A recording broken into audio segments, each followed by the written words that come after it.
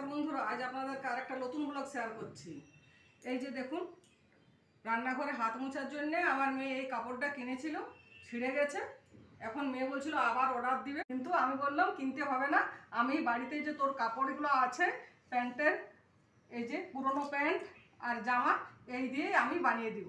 এখন আমি রান্নাঘরে হাত মোছা ও গ্যাস মোছার কাপড় বানাচ্ছি। আপনারা দেখতে থাকুন কিভাবে বানাচ্ছি।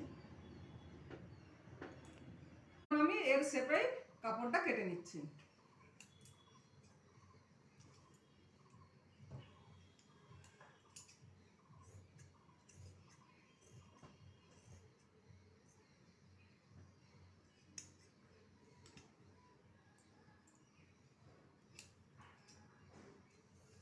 কোমরের মোটা কাপড়টা কেটে দিলাম, কেননা ভিজা কাপড়টা শুকাতে দেরি হবে বলে। উপরের অংশটা এইরকম শেপে কেটে নিচ্ছি।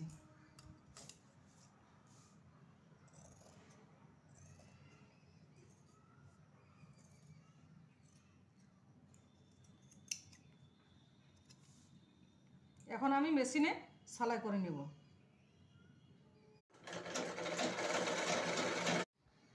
উল্টো দিক করে সেলাই করে নিয়েছি, তারপর সোজা দিকে উল্টিয়ে নেব। সোজা করে উল্টিয়ে নিচ্ছি। এখন আমি সাইডটা আর একবার সেলাই করে নেব।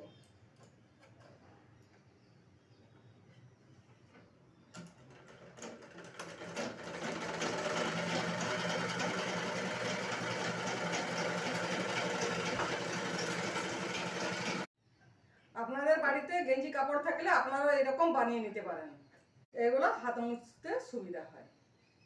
ঝুলিয়ে রাখার ফিতাটাও করে নিলাম। আমি উপরের অংশটাও সেলাই করে নিচ্ছি, আর টাঙিয়ে রাখার জন্য যে ফিতাটার দরকার সেটাও এর সাথে যোগ করে দিচ্ছি। এরপর সোজা করে নিচ্ছি। দেখুন ফিতাটাও হয়ে গেছে। একটা করে স্টেপ দিচ্ছি, কেননা উপরের কাপড়টা আমি ছোট নিয়েছি আর নিচের কাপড়টা একটু বড় নিয়েছি। অপোজিট সাইডটাও আমি ঘুরিয়ে সেলাই করে নিলাম এর সাথে।